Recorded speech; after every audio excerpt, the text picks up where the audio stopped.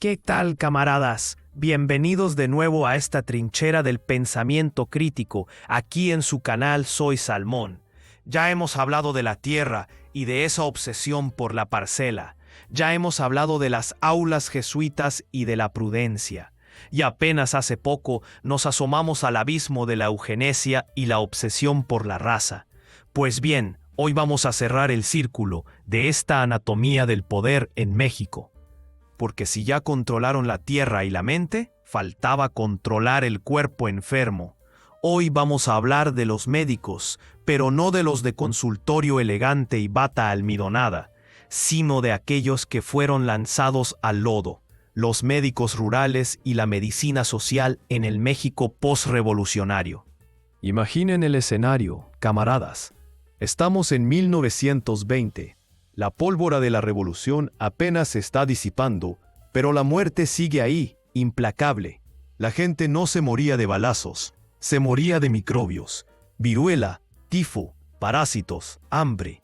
El país era un inmenso cementerio rural, y la Constitución de 1917, muy bonita en el papel, decía que la salud era un derecho, que la salubridad dependía directamente del Ejecutivo, casi como una operación militar.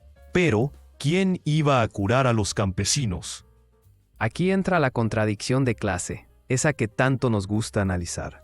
Los médicos de la época formados en el Porfiriato eran unos burgueses hechos y derechos. Querían estar en la Ciudad de México, en Puebla, en Guadalajara, buscaban el libre mercado, el cliente que paga, el consultorio lujoso. El campo les daba horror, lo veían como un lugar salvaje.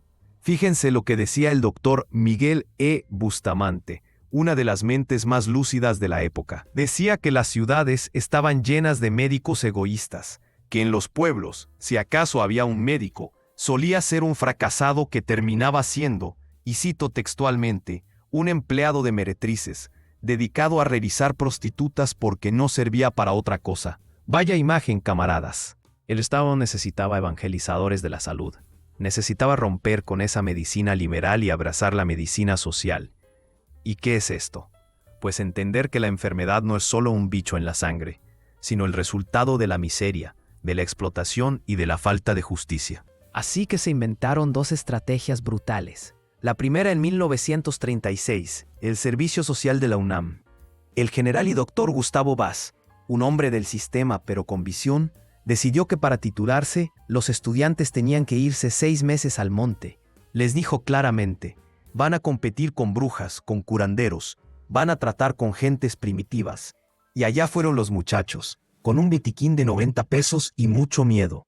Los informes que trajeron de regreso son joyas sociológicas. Se toparon con la realidad. Un pasante en Michoacán, Manuel Hernández, decía que el pueblo vivía en una anarquía como tribu africana. Otro, Roberto López en Tuzantla, se dio cuenta de que el problema no era falta de medicinas, sino que la gente era tan pobre que no podía ni moverse a la cabecera municipal. Se dieron cuenta de que la medicina no servía de nada si no había comida. Pero la tensión política subió de tono. Y aquí viene la segunda estrategia, la radical. El cardenismo, siempre buscando ir más allá, creó en el Instituto Politécnico Nacional la carrera de médico rural en 1938. La idea era fabricar un médico nuevo, proletario, que no quisiera enriquecerse, que entendiera de antropología y que se quedara en el campo. ¿Y cómo respingaron los conservadores? La UNAM y los médicos tradicionales pegaron el grito en el cielo. Decían que el Politécnico estaba creando médicos de segunda, charlatanes, o peor aún, que eso era una fábrica de comunistas. En el Congreso de Higiene Rural de San Luis Potosí, en 1938, se dieron hasta con la cubeta. Gustavo Vaz se salió indignado, diciendo que eso era hacer política y no medicina. Pero fíjense en la ironía. Mientras los doctores de la ciudad peleaban por sus privilegios y su estatus, en el campo la gente seguía muriendo de diarrea. Lo que nos enseña este periodo, camaradas, es que la salud pública en México nació de un parto doloroso entre la ciencia y la política. Se intentó socializar la medicina, se intentó que el médico fuera un agente de cambio, un revolucionario con estetoscopio. ¿Lo lograron? A medias. Pero esos pasantes, esos médicos rurales del Politécnico, fueron los primeros que realmente vieron a los ojos al México profundo, ese que las élites preferían ignorar desde sus consultorios afrancesados. Entendieron que para sanar al cuerpo, primero había que sanar a la sociedad. Soy Salmón, y recuerden, el síntoma nunca es la enfermedad completa, es solo lo que el sistema nos deja ver. Nos escuchamos en la próxima.